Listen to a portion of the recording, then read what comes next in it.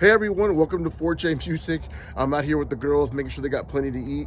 And I also wanted to take this moment to just share with you some thoughts as we enter this season of the year when a lot of people are going to be considering making some transitions for next year where they're going to be employed. Those are hard decisions to make, they're hard conversations to have, but sometimes they're very necessary. So I just want to speak to you from experience.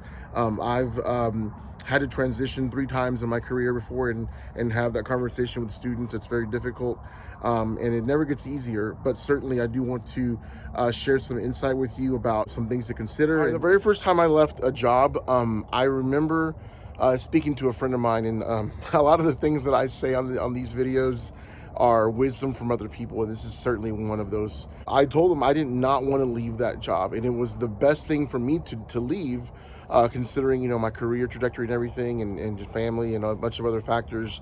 But I told him, I was like, hey man, I love these kids a lot. And he said, Jesus, you're gonna love the kids who are at your new school, and that's one thing I just want you to understand. Your students are going to be fine. Okay, they're going to be okay. Somebody else may hopefully come fill the void that you leave behind, but you have to take care of yourself first.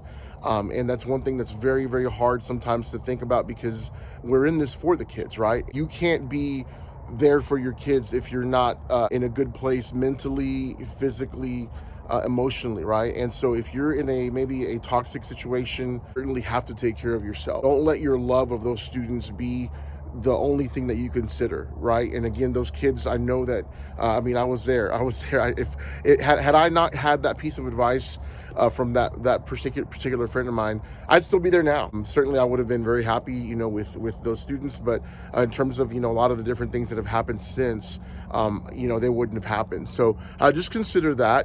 Consider your students that once you leave, they'll be able to handle the transition.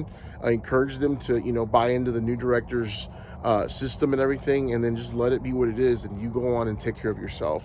Okay, so anyway, that's my first piece of advice to you.